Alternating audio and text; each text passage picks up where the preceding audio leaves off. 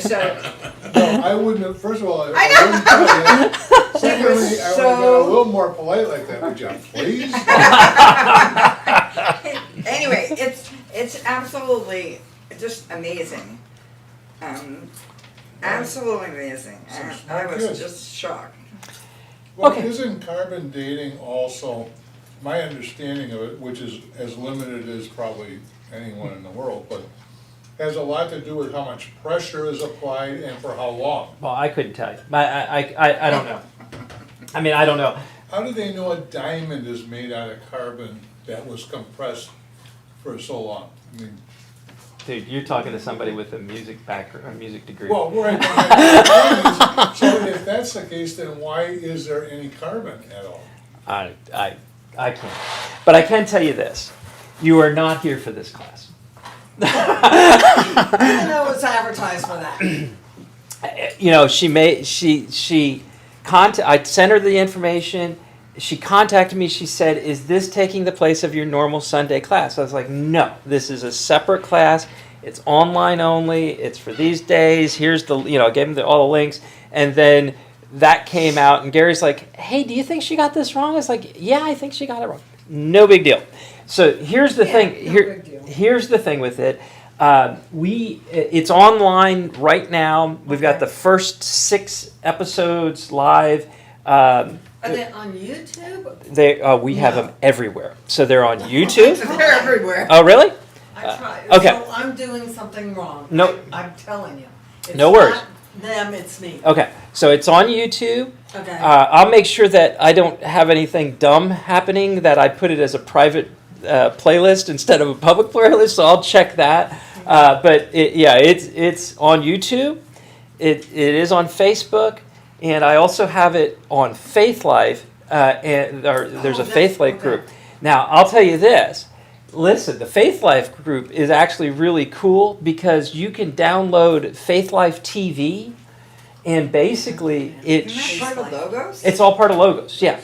And you can actually watch it on, Right. if you have a Apple TV, you can download the app and watch it on Apple TV, No. or if you have it on your iPhone, it's pretty cool.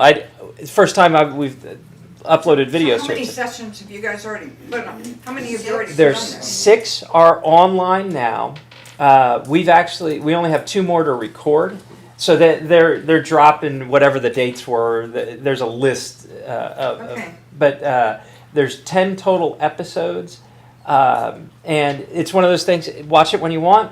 We have each session has a PDF with it that has what we're doing and a lot of the background research, and probably by Tuesday we'll have one big document with all of the outlines and all of the bibliographies. Mind you, it's over 100 pages now of everything. And some of this stuff, it's like we have the outline, we have all the information there, we talk a little bit about it, but it's one of those things. Listen, you can go as crazy with it as you want and find stuff. It's been fascinating. That's all I can say. It's been I have a question. Yes. So if I go to YouTube, what do I type in to get to it? if you get it to me, and I'll send out the links again. I did email the links to you, but it's actually, if you search me, Chris Reighley, you should come to my channel, and it's a playlist. Okay, tonight. Okay. Okay. Well, you know what? We're just going to check something real quick. Okay. Okay, and it's me. I'm telling you. It's me. Well, don't assume that, because I could have done something stupid. So, Up above? so I'm going to do. There's my channel. Oh, we're live right now. There it is. Okay. And yeah, it's there. So the playlist is right there. So Okay. if you click on that playlist, let's stop. See. No. We're not going to play There's that. a spiritual aspect to this Quiet. The videos they're all right there. Okay. I had to delete the 4th one because I had the 3rd slide on it, but it's all right. But they're there. So I'll send the link again just to make sure. Okay. Okay. So, But what did you type into YouTube? well, I was on my channel. So, You know why? I bet Lisa got a little confused. I don't know. whether you sent her one of those things, because it On the does say, top there it is did, search. it did say Sunday night at Yes. RHCC, and Just put maybe his name. for some reason she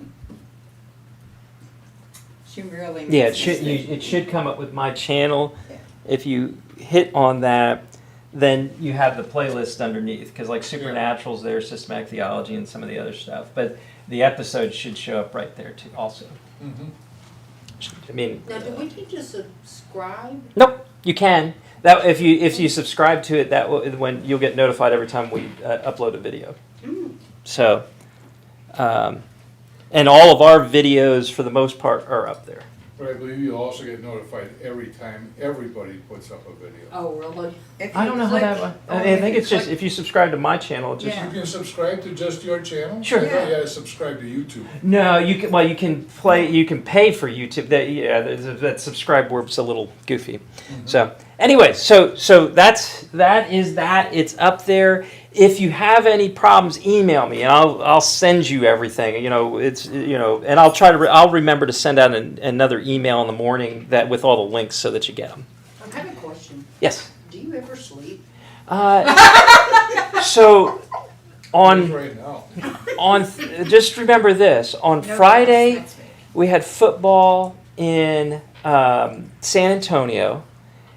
All right. So Friday night football in San Antonio. Last night we were up in Italy, Texas, for cheerleading. Oh. We drove 600 miles Whoa. between Friday Friday and and Saturday. Yeah. Whoa. So Boy, I'll bet you're glad about the economy going down because gas prices are low. All right, If with- you're driving that many miles. with that note, so yes, no class next week, which is good because I'll sleep next week. Oh, good. So tonight is going to be, just remember where we were last week. Yes. Okay, so last week we really turned the page to the New Testament, and the idea was that when Jesus came and what we had in the Old Testament, it was a mystery to the unseen spiritual realm. You're going to love this. It's really interesting. Coming into it in chapter 11, it's going to make all the sense in the world. But what you've got is we got this idea last week that, whoa, they knew who Jesus was. They being the demons, Satan, they knew who Jesus was, but they had no clue of his plan. And today, you're going to love this. There is no video from Heiser tonight. Oh. I got about like 4 other videos, but there's no video from Heiser tonight. What we're going to do, I read the chapter and I read the 4 chapters in the Unseen Realm book, and I'm like, you know what? If you look at what he's trying to get across, there's 3 events that he's talking about. What we're going to talk about today is really how Jesus basically let this unknown spiritual realm know time is up, okay? Because there's 3 rebellions, spiritual rebellions. Garden of Eden, Tower of Babel, and then the basically the right before the flood, the sons of man or sons of God coming into the daughters of man.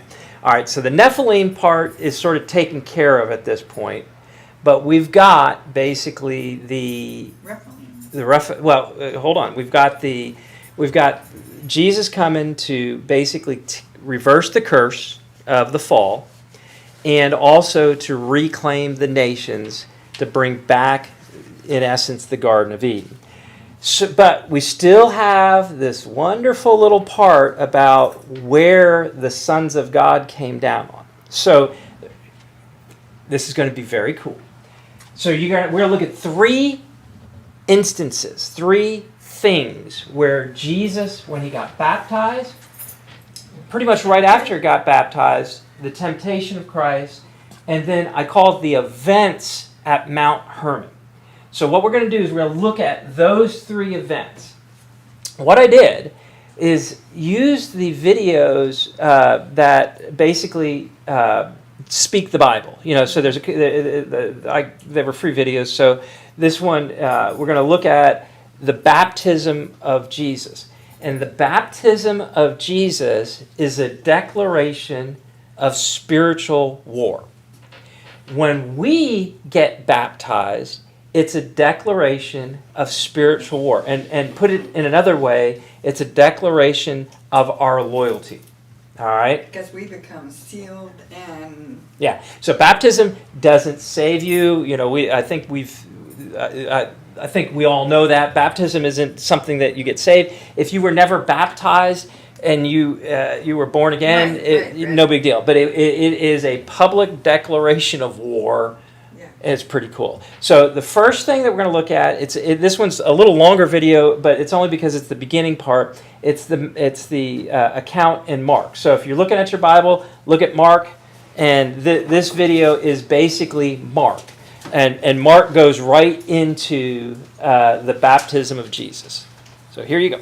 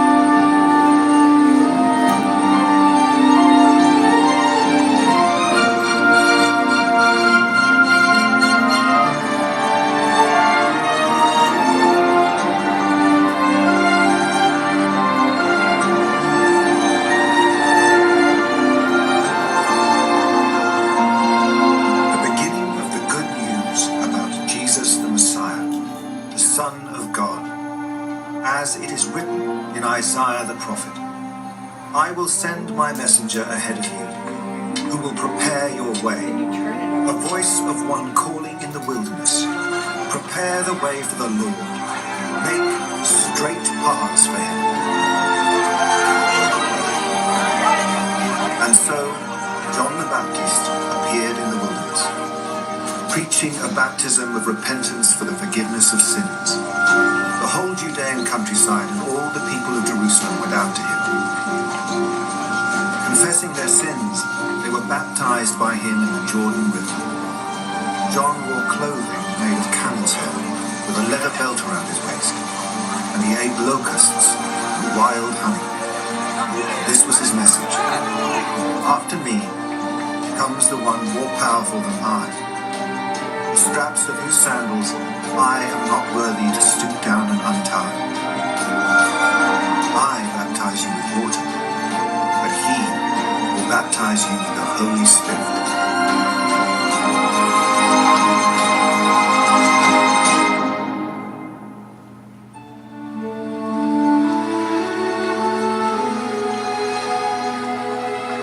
At that time Jesus came from Nazareth in Galilee and was baptized by John in the Jordan.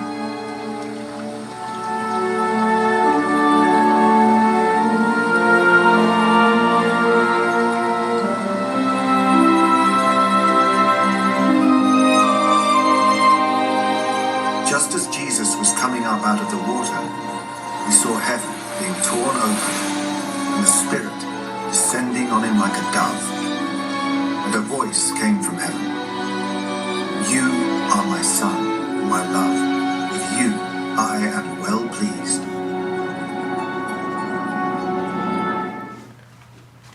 Okay, so we think of the beginning of Jesus' ministry. This is the beginning of his public ministry.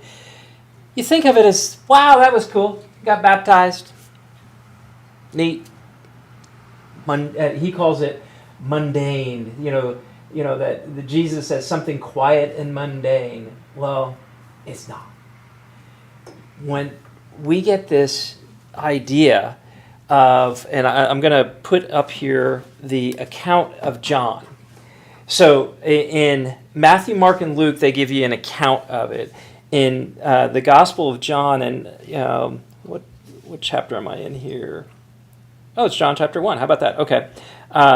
You get a little bit more information about John the Baptist. Okay? And this is where it's going to get cool, because we're going to talk about something that I know I never, ever, ever, ever, ever thought of in the baptism account of Jesus, and that is the divine council. Okay? Follow me for a second. Wow. So, this is talking about John the Baptist. All right? This is in the book of John. This is the book of John, chapter 1, starting at verse 19. This is the testimony of John. When the Jews sent to him priests and Levites from Jerusalem to ask him, "Who are you?" And he confessed and did not deny, but confessed, "I am not the Christ." They asked him, "Well, what then? Are you Elijah?" And he said, "I am not." "Are you a prophet?" And he said, "No." Then they asked him, "Who are you, so that we may give an answer to those who sent us? What do you say about yourself?" And here's the important thing. He said, "I am a voice of one crying in the wilderness, make straight the way of the Lord, as the prophet Isaiah, as Isaiah the prophet said." And then 2 days later, or a day later, we see down on verse 29, Jesus comes and we see that scene that we say there. But you'll notice I'm using NASB, and you see how you got the small capital letters for this. Well, okay, he says this is from Isaiah the prophet. Well, what does that mean? So let's look. And there we go. It's Isaiah chapter 40. There's the verse right there. It says, "A voice is crying, clear the way for the Lord in the wilderness, make smooth in the desert a highway for God." So, it's a little different. But let's go up a little bit. So when we look at Isaiah 40, we get the full context of where that line that John the Baptist is saying about himself comes from. And we get this, "Comfort, O comfort my people, says your God." That's capital G, that's Yahweh speaking. "Speak kindly to Jerusalem and call out to her that her warfare has ended, that her iniquities have been removed, that she has received of the Lord double her sin. A voice is crying, clear the way for the Lord in the wilderness, make smooth in the desert a highway for our God. Let every valley be lifted up, and every mountain and hill be lowered, and let the rough ground become a plain, and the rugged terrain a broad valley. Then the glory of the Lord will be revealed, and all flesh will see it together. For the mouth of the Lord has spoken." Little context there. We get that little line that we've heard over and over again in the baptism account of Jesus. But we go to Isaiah, we get a little bit more context. Well, now let's just see here for a second. Now this is a grammar lesson in Hebrew. I do not know Hebrew grammar. This comes from the unseen realm part of the book. It's not in your book. It's in the larger book. So I'm reading again. Whenever it's this slide, I'm reading from the book. Okay, and so take his word for it. When he's talking about Hebrew grammar, do not take my word for it, because I don't know Hebrew grammar. In Isaiah 40, verse 1, we learn that God is the speaker. He issues 4 commands, which I'm going to show you a slide that are bolded here in a little bit. All 4 commands are grammatically plural in Hebrew. That means that Yahweh is commanding a group. The group cannot be Israel or a collective Israel, since it is Israel that Yahweh is commanding the group to comfort, speak to, and call. Divine counsel. So what you've got when we are looking at the baptism of Jesus and what John says he is doing, he is fulfilling a counsel request. Comfort, comfort my people. Speak to the hearts of Jerusalem and call her. That is a command from God to his divine counsel, and a voice calling in the wilderness, clear the way of Yahweh, make a highway smooth in the desert. What John the Baptist is doing is fulfilling a command to the divine counsel for that one to come forward. The baptism of Jesus is basically God saying, let's get this started. Let's get this ball rolling. Whoa. Whoa.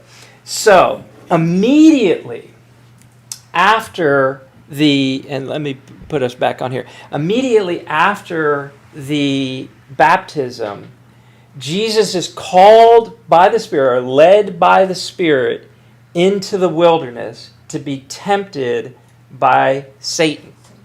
Okay? So here's the key thing to remember. We hear this one. We know this. We've heard this story over and over again. How did Satan know who he was? Satan, at this point, Jesus has not declared he is the Son of God. But Satan knew exactly who he was. So, first of all, you got to ask yourself that question. How did Satan know exactly who he was? Because when he came up, God spoke. This is my beloved son. And let me put something into context here. The intertestamental period, we call it the Second Temple Age, however you want to call it, but between the end of the book, which is the last book's probably Nehemiah, all right, and I thought it was like Malachi. Malachi, Okay. yeah, It's Malachi's the not last one, necessarily but I'm talking about the order. last one written. Between that and when we get Jesus' birth, no one's heard from God. There's been no voice coming down like Right. that.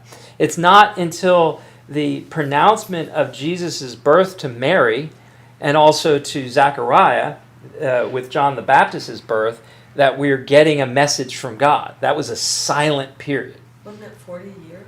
It's 400. 400 years. Yeah, Okay. 400 years. Okay. So- That was a long time. So we're jumping from the Gospel of Mark to the Gospel of Matthew at this point, because Mark just says he goes into the wilderness and then is tempted. It doesn't give any detail. So, couple of things to keep in mind here. Listen to the three temptations. You've heard them over and over again.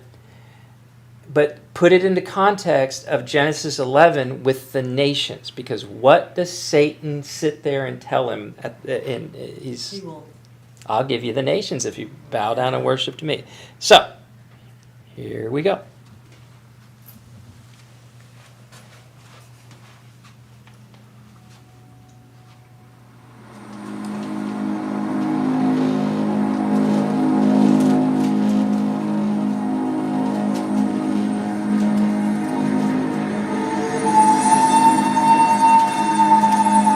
Then Jesus was led by the Spirit into the wilderness to be tempted by the devil. After fasting 40 days and 40 nights, he was hungry. The tempter came to him and said, "If you are the Son of God, tell these stones to become bread." Jesus answered, "It is written, man shall not live on bread alone, but on every word that comes from the mouth of God." Then the devil took him to the holy city and had him stand on the highest point of the temple. "If you are the Son of God," he said, "throw yourself down, for it is written, he will command his angels concerning you, and they will lift you up in their hands, so that you will not strike your foot against a stone." Jesus answered him, "It is also written, do not put the Lord your God to the test." Again, the devil took him to a very high mountain and showed him all the kingdoms of the world and their splendor. "All this I will give you," he said, "if you will bow down and worship me." Jesus said to him, "Away from me, Satan, for it is written, worship the Lord your God and serve him only." Then the devil left him. and angels came and attended him. So, we get this account. We get this temptation account, and it's in all of the synoptic gospels. Synoptic means the Matthew, Mark, and Luke. John's a gospel, but it's way different than the synoptics. So, after the baptism, he's driven in there. The devil tempts him, and it's pretty interesting that the devil knows exactly who he is. And he knows sort of the mission. It's like, okay, you're coming back to try to restore, you're trying to take my turf away. Because the devil, he owns the place now because of the fall, and because the fall created death, and he is now Lord of the dead. Because we all the humans die, so he's got them all. Okay, and he knows, because it's already been, he being Satan knows that God said he's going to restore, his kingdom through the line of David. But Jesus, what are you doing here? All right, because if you're trying to bring back the nations, what are you doing? You can't do that, because this just sure proves the point that Satan didn't know what the plan was. All right? He didn't know that Jesus was going to come, die, and be resurrected. All right? So when he offers the nations to him, it's like, come on. That's what I'm coming for. They're mine. I mean, that's what Jesus is sitting there thinking. So when we get this, we get this thing where Jesus basically says, get out of here. I mean, for lack of a better term, get out of here. Get lost, Satan.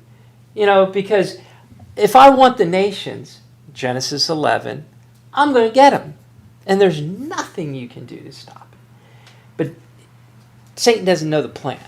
Satan doesn't know the plan. And Jesus doesn't give it away. And Jesus doesn't give it away.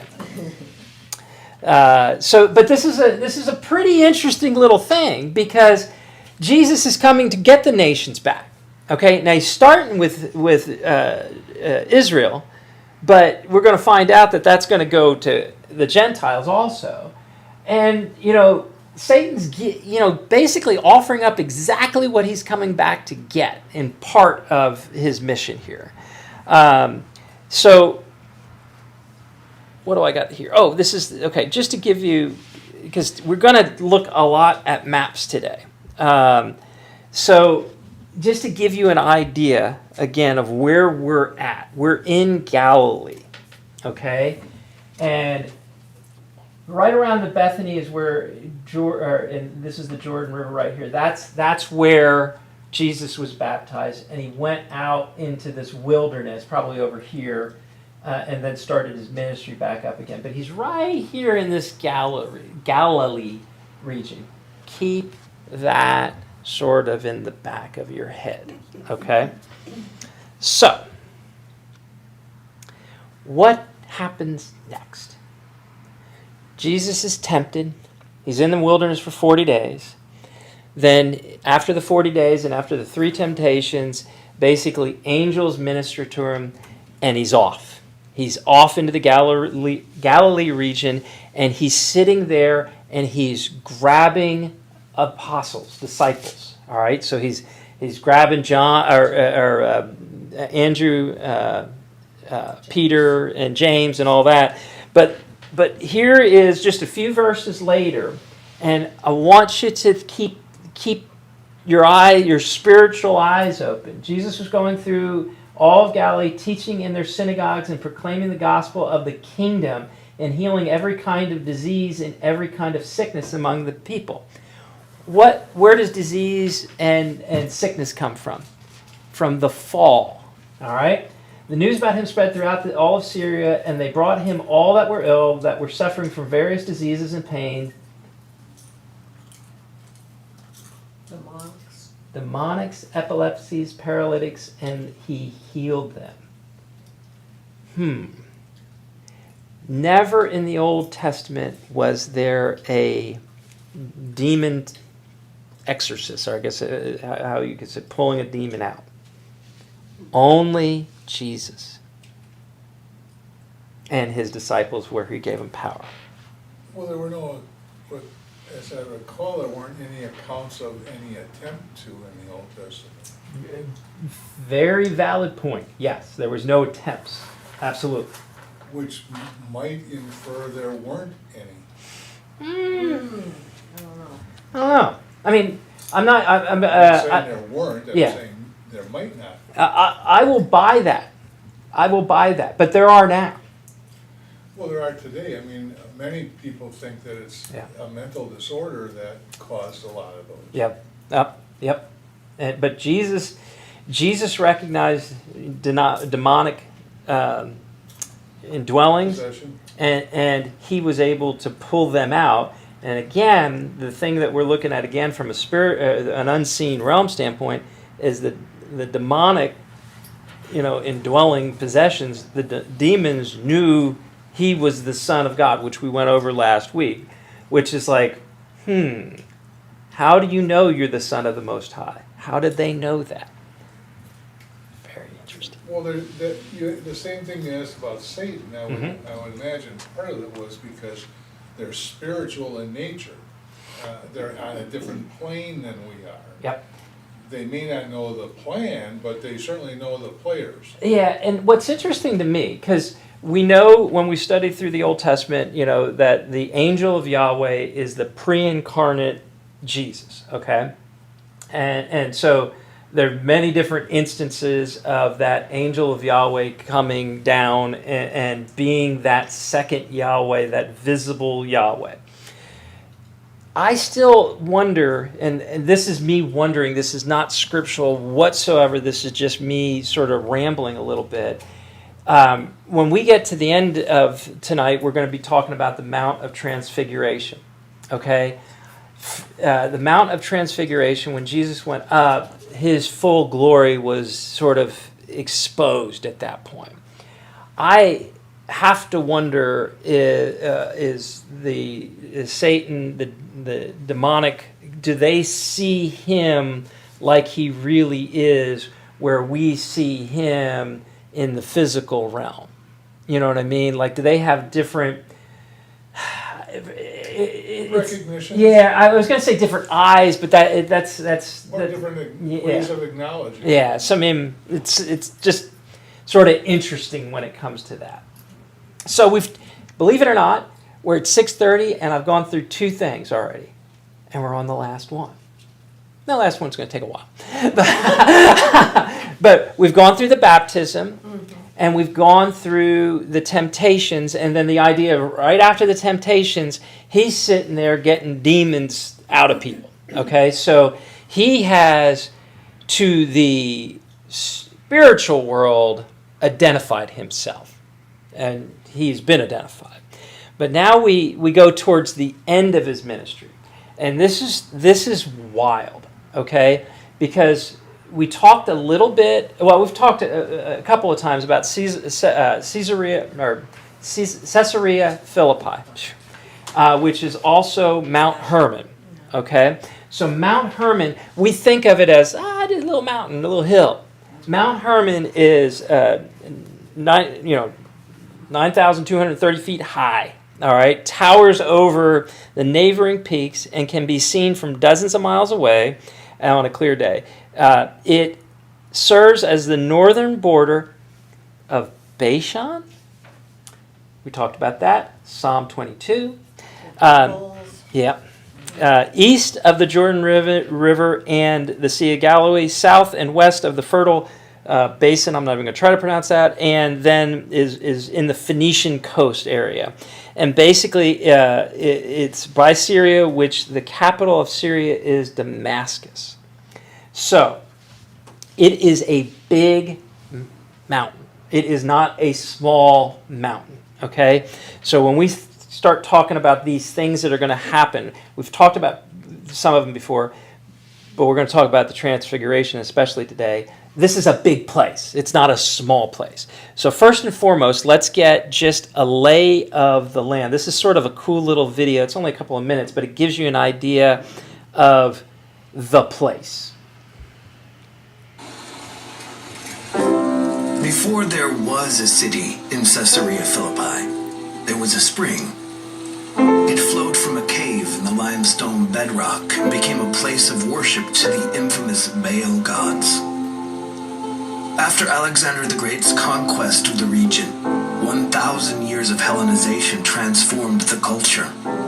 The spring, an emerging city, became the place of worship to the pagan god Pan. Pan was the goat-footed god of victory who created panic in its enemies and the lord of desolate places. The spring was named Peneus or Benias and was part of the headwaters for the Jordan River flowing south.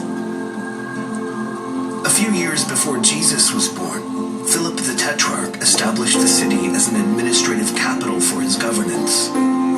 It sits 117 kilometers, or about 73 miles north of Jerusalem.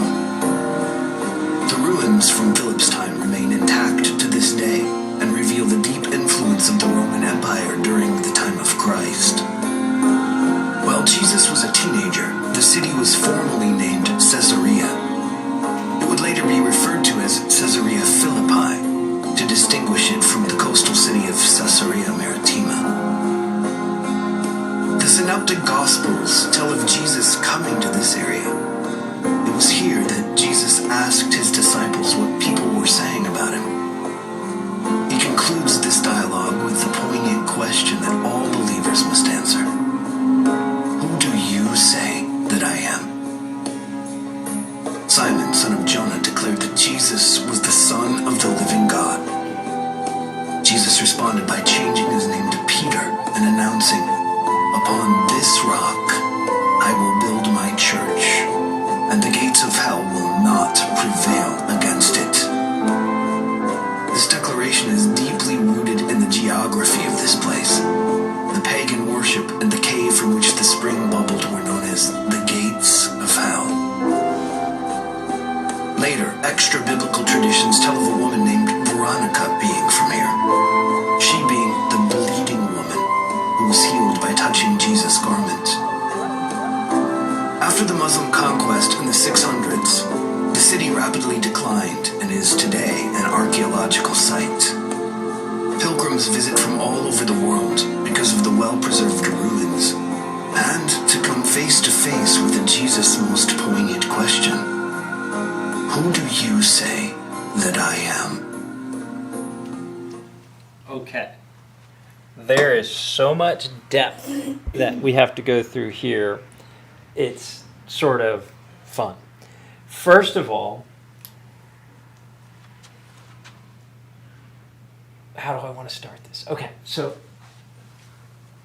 it's up here, and Mount Hermon's right there. Damascus is right there.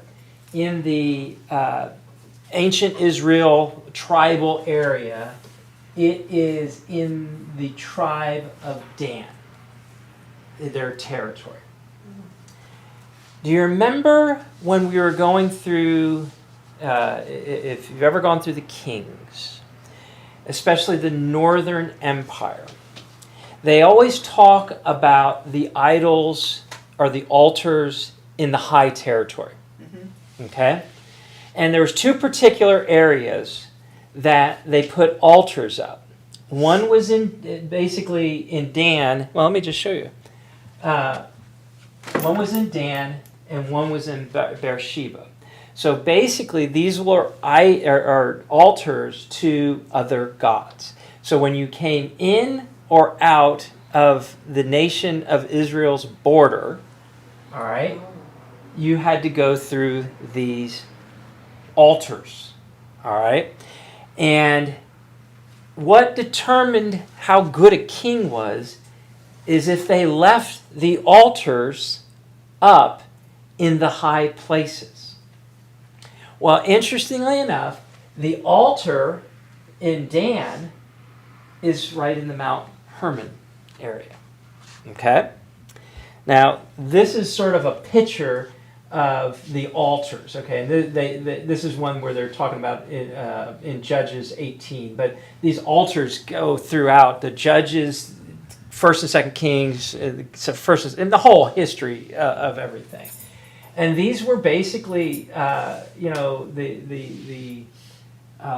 bull altars to Baal, to Bashan, to these crazy places. But they placed them right there. Okay, so here's the first thing to remember. We're sitting here in Mount Hermon area. We're going to see where Jesus is talking about, I'm going to build the rock of my church here, and the gates of hell will not prevail. Okay, well, go ahead. Before you, can you go back to the map for just a second? Mm-hmm. So you pointed to Dan up at the top, Mhm. Beersheba at the bottom, Yeah. and over towards the Mediterranean Sea, it also says Dan. It is an That inclusive part of Dan. That's just the territory of Dan. These are where the altars were. The red is the altars. There's the altar to Dan, or in Dan, and the altar in Beersheba. So basically, all of that area is Dan. Yes, all of this is Dan. Okay, got it. Okay.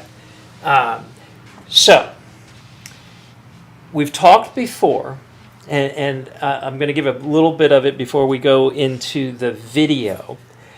But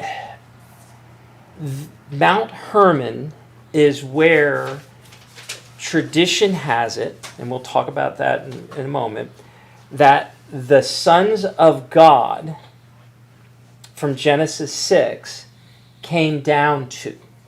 So the sons of God who went into the daughters of men their landing spot was Mount Hermon. Mount Hermon, when it was known as Bashan, was where tradition has that the gates of hell were. Okay? So basically, the demons that were the Rephaim that were sent to hell, that was the gates of hell. Okay? One more little thing to sort of throw out there is, let's see. So what did I throw? I threw out the gates of hell. I threw out Bashan. I threw out that. Let's watch the video. So we're going to watch the video, which is going to take Jesus right before he gets to Mount Hermon and talking to Peter. He's going to get to Mount Hermon. He's going to tell Peter what's going to happen. But here's the thing. This is a declaration of war to basically incite Satan to kill him. Because what happens is as soon as we get the Peter quote, which we're going to see here, we're going to see the Mount of Transfiguration 6 days later here. And then we're going to see that Jesus makes his way down to Jerusalem, telling them all along the way, the Son of Man is going to die at the hands of the high priest. And he's going to be raised from 3 days after that. So what happens is in this whole Mount Hermon issue, we've got Peter, we've got Mount of Transfiguration, we've got him starting to tell all of his disciples that he's going to die, and he's on his way down to Jerusalem. So what's happening is he's setting up, he is kicking the bear. He's kicking Satan to incite him to kill him so that he then has victory over Satan. Do you get it? Mm-hmm. Okay, so here we go. This is the next video, and this is the story. It's in Matthew 16:20. 16:1 through 20. The Pharisees and Sadducees came to Jesus and tested him by asking him to show them a sign from heaven. He replied, "When evening comes, you say, 'It will be fair weather, for the sky is red.' And in the morning, 'Today it will be stormy, for the sky is red and overcast.' You know how to interpret the appearance of the sky. but you cannot interpret the signs of the times. A wicked and adulterous generation looks for a sign, but none will be given it except the sign of Jonah. Jesus then left them and went away. When they went across the lake, the disciples forgot to take bread. "Be careful," Jesus said to them. "Be on your guard against the yeast of the Pharisees and Sadducees." They discussed this among themselves and said, "It is because we didn't bring any bread."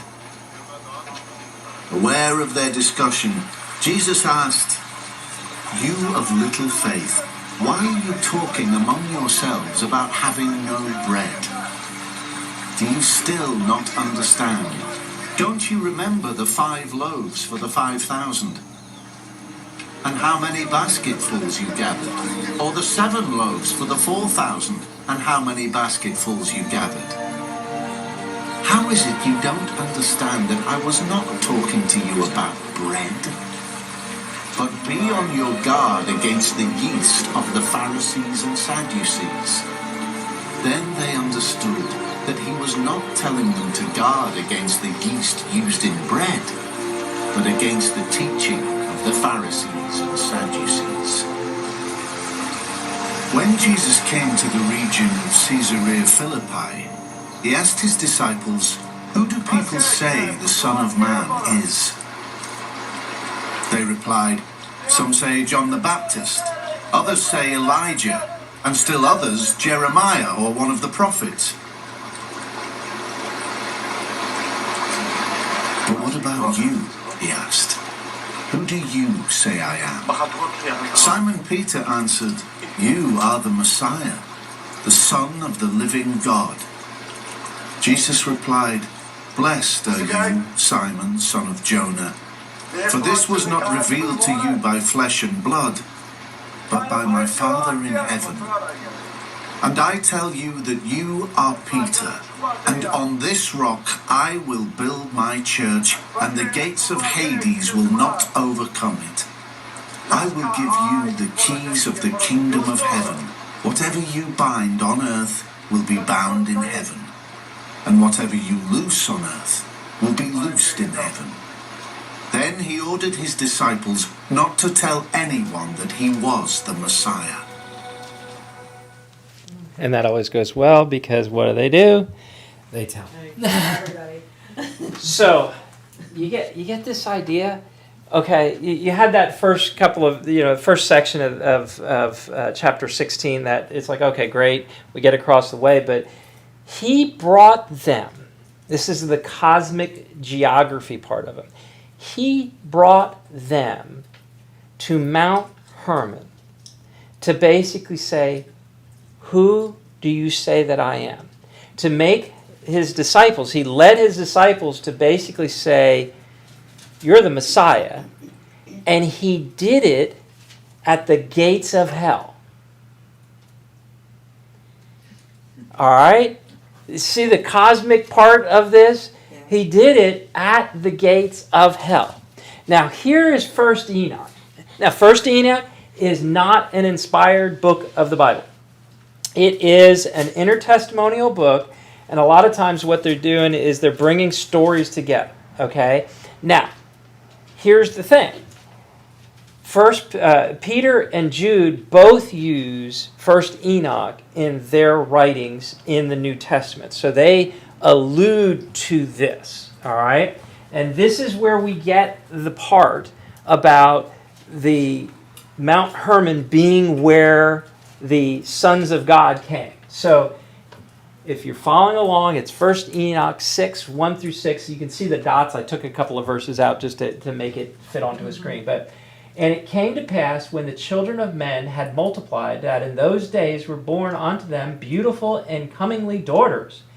The angels, the children of the heaven, saw and lusted after them, and said to one another, "Come, let us choose us wives from among the children of men, and beget us children." Does that sound familiar? Yeah. That's Genesis 6. Yes. And they were all, in all, 200. Interesting. A little bit more detail. Who descended in the days of Jared on the summit of Mount Hermon. And they called it Mount Hermon because they had sworn and bound themselves by the mutual whatever upon it. And it goes on. It actually names them in 1 Enoch. Okay? So you get the idea that Mount Hermon is, from a cosmic geography standpoint, a big deal. Now I want to just throw this one out. This was not in his book. It's not in anything else, but something that when I was looking for a map, this came up. Where did Jesus call Paul? On the road to Damascus. You see the road to Damascus? Where does it go through? Now the green is a possible route, all right? I want you to think about today. Where is one of the biggest hot spots when it comes to the war, between the neighbors, Syria and Israel? The Golan Heights. Do you know where the Golan Heights are? Yeah.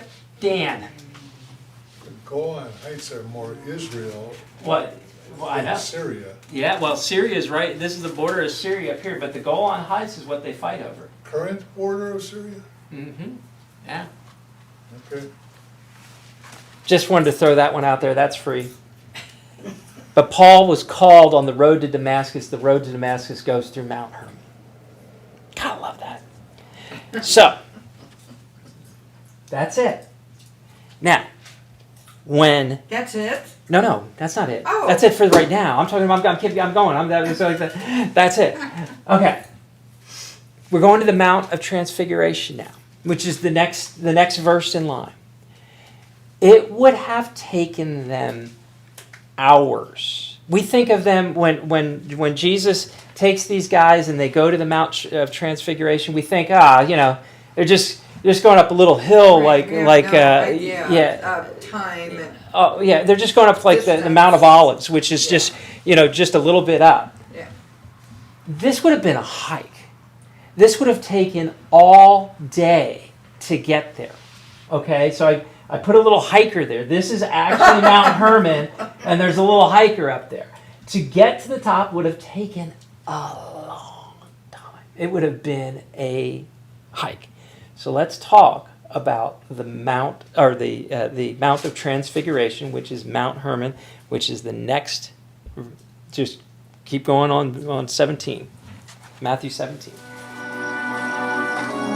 After 6 days, Jesus took with him Peter, James and John, the brother of James, and led them up a high mountain by themselves. There he was transfigured before them.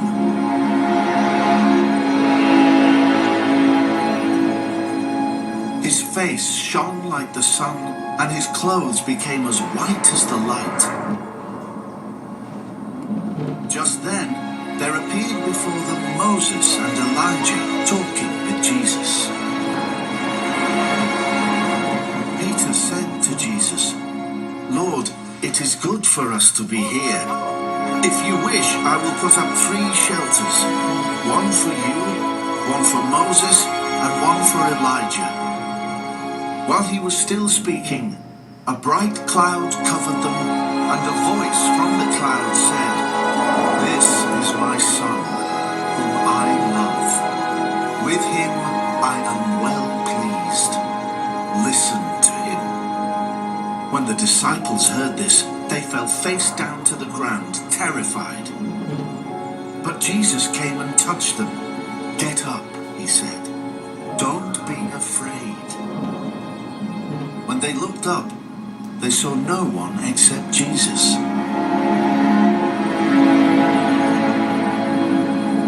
As they were coming down the mountain, Jesus instructed them, "Don't tell anyone what you have seen until the Son of Man has been raised from the dead." The disciples asked him, "Why then do the teachers of the law say that Elijah must come first?" Jesus replied, "To be sure, Elijah comes and will restore all things. But I tell you, Elijah has already come, and they did not recognize him, but have done to him everything they wished.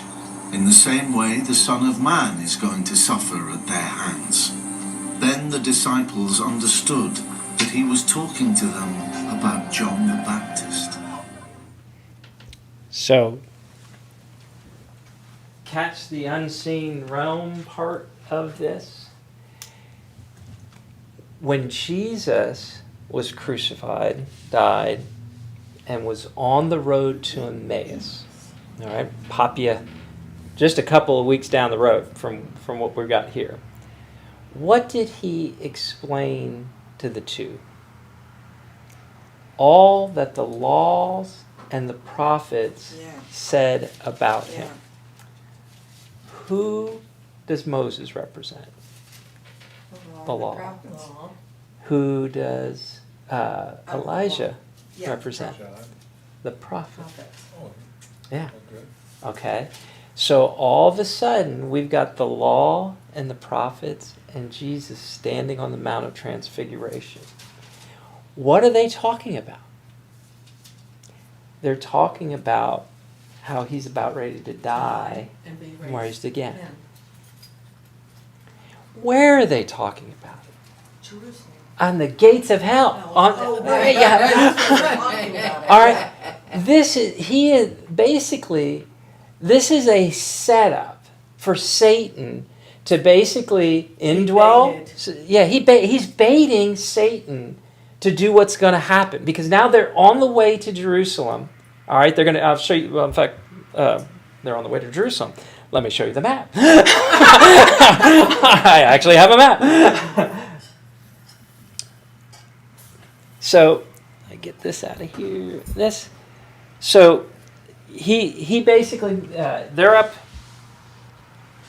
here right now, and basically they're going to come down to Capernaum, and he's going to start his trip down through Jericho, through Bethany, and into Jerusalem. All along the line now. So this Mount Transfiguration just happened up here. He's going to make his way down to Jerusalem, and all the way he's telling his disciples, I'm going to die. I'm going to be raised again. This is where he starts telling them it, is after the Mount of Transfiguration, after this declaration of war and this baiting of Satan. It is nothing more than baiting Satan. It's awesome. It's awesome. Get back to this. So what does it all matter? We made it through. So you got you. Does this make sense? Okay. Because you got these three events. Did Emma say yeah? Yes, she did. I say good for Emma because, you know, my mind's just kind of wrapping around. I have to listen to it a second time, maybe a third time. I mean, because what you just gave us, well, I do understand it once you said it, is just wrapping my brain around the fact that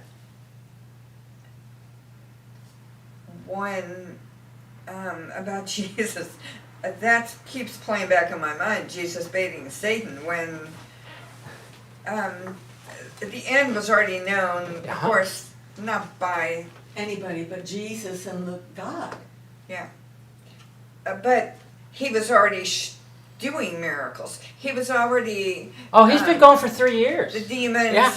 He was ejecting them, and like, you know, Son of God, what are you doing here? Why are you here? Blah blah blah. Well, I'm just saying it's. Listen, Satan knew that he was coming back to take the nations back to him. I mean, because that amount was obvious. There's no reason that Satan would have offered the nations to him in the wilderness, being tempted, unless A, Satan already had power and control over him, and B, he knew that he wanted them back. All right. Well, but then he's highly delusional to think that he is then and anywhere in between and until Jesus comes back that he's going to win this. Mm-hmm. I mean, because it's pretty damn obvious. Sorry. Well, the thing that I somewhat, I think, don't agree with is that Satan didn't know the plan. The only way Right. he wouldn't have known I don't believe that's the case, because Jesus kept telling everyone what the plan was. He was gonna die, and he was gonna come back again. But he didn't tell Because Satan that, he he didn't told have his to. disciples He that. didn't have to, Satan can hear. Well, here's the thing, No, though. I don't think so. Here's the But thing, though. Maybe you're right. Here, well, no, I'm going to say no. You're not, because we go back to. Hold on a second. I got to get it up here. I don't want to try to go flying. Well, you know what? I will go flying back. Hold on a second. 1 Corinthians. What we started out. What was the verse? The first, yeah. 1 Corinthians The 2, 6, 6, 8. whatever, Verse. Yes. the one we've been looking at, First Corinthians.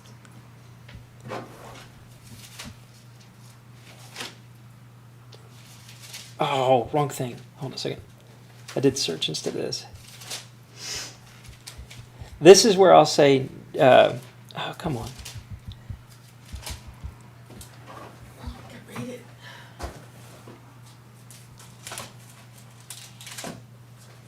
This is where I'll say, no, Satan didn't know it.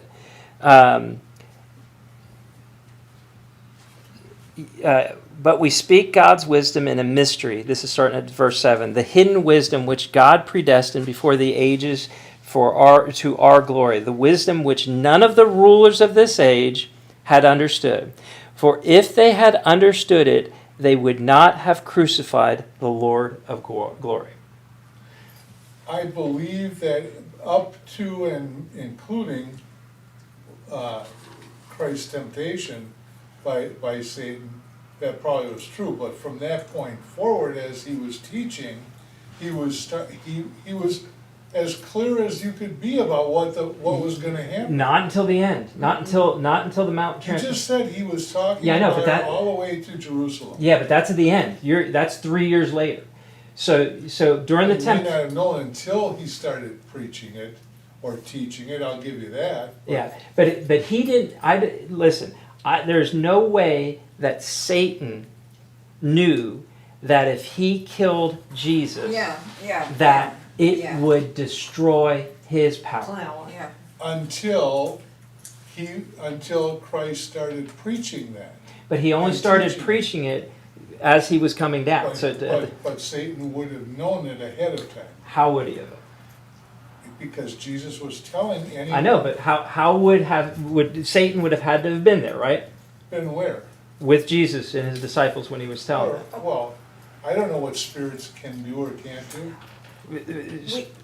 we can also remind ourselves as far as if the rulers, verse 8, the rulers of this age did not even understand. So And the angels didn't understand. hearts Yeah. were hardened, and if hearts were hardened for humans, Yep. I don't see why Well, listen. something would Oh. harden.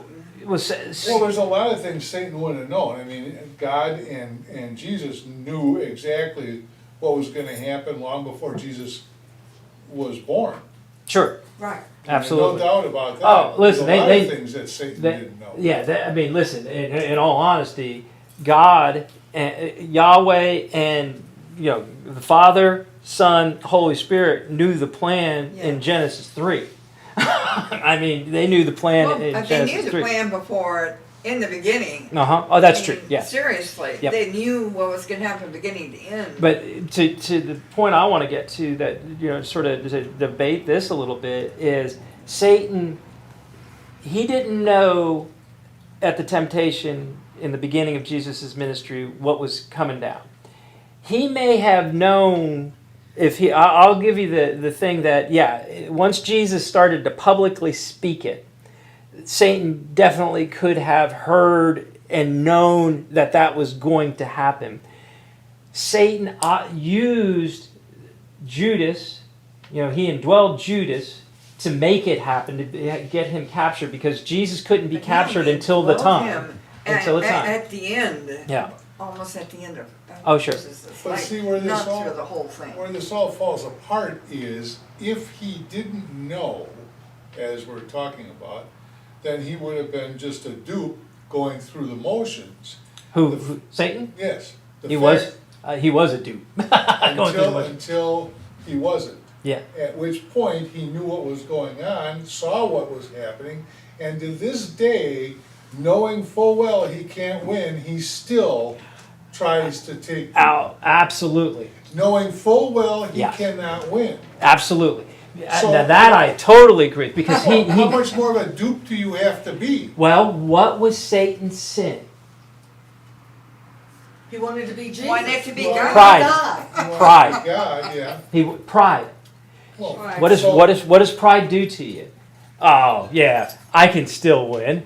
Well, so how would that have changed back in when Jesus was? Well, I think to Paul's point, he was like, if Satan knew basically that crucifying Jesus and then him raising again would destroy Any his chances he his kingdom, basically here on Yes. earth, that he'd have never done. Yeah. That's giving Satan a lot of credit from the Yeah. standpoint that he's smart, but he is smart. I mean, Well, it's taking a lot of credit away from God, though. Also, who's got this plan in place? Yeah, but what we talked about last week, and what hear that. what he built on was basically in the Old Testament, there is no declaration of this plan.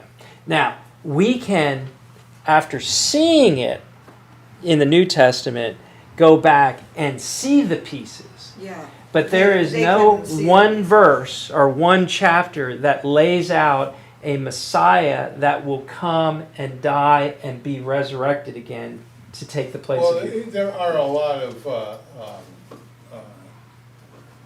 prophecies that,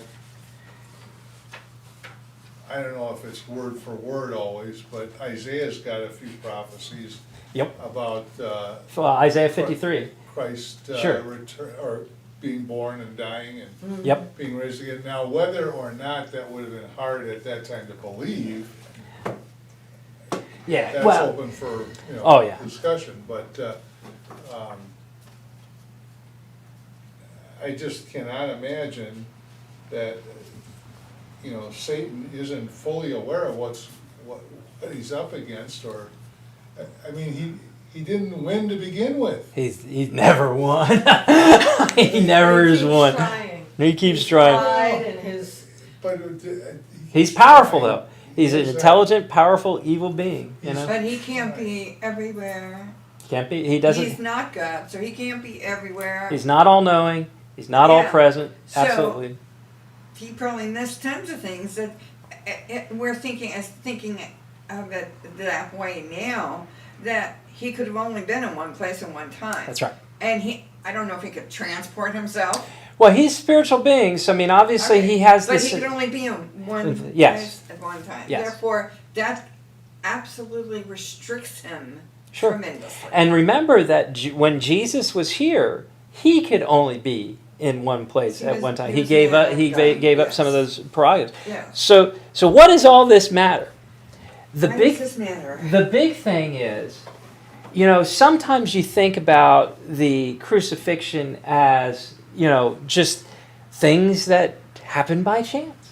Well, now everything Jesus did was intentional. He had a clear view of his role in reviving the kingdom of God on earth so that it would progress until the day he returned a second time, and a day that would usher in, obviously, the renewing or the rebirth of the global Eden. Let's try to say that 3 times fast. That's an interesting word, reviving. Well, because when you had the Garden of Eden and you had the fall, so the Garden of Eden was basically where God's physical family and his spiritual family intersected. When man, you had 2 different really things going on. Satan, the Kosh, because it's not the Satan at that point. That doesn't happen until Second Temple. But the Nakash and tempted Eve. Basically, Eve took the bait, and that basically separated these realms. Now, kicked Adam and Eve out of the garden. We no longer have this Eden on earth that connected with the spiritual realm. So what Jesus is doing is, one, getting those people back in the garden, when you think about it, that's really what the sacrifice of Jesus, the atonement of Jesus is doing, is getting us back in the garden, opening it up back to the nations again, and then in his second coming is when he cleans up the upstairs part of the unseen realm, and we get now the divine and the visible and the invisible earth, heaven on earth. So what did Jesus do? Great from Paul. For he rescued us from the dominion of darkness. That tells you right now that this is the dominion of darkness. Yes, sir. And transferred us, to the kingdom of his beloved Son, in whom we have have redemption for forgiveness of sins. I mean, that's the work on the cross. Man, can this happen today? Please. No hostile powers, no disease, no physical imperfections. Good night. No Republicans, no Democrats, no independents, no lawsuits in Pennsylvania. None of it. No COVID, No Twitter. no Twitter, no Facebook. Yes. Oh my No goodness. LinkedIn. Oh, amen. So we're getting to that heaven on earth, which is really what it is, and the gates of hell.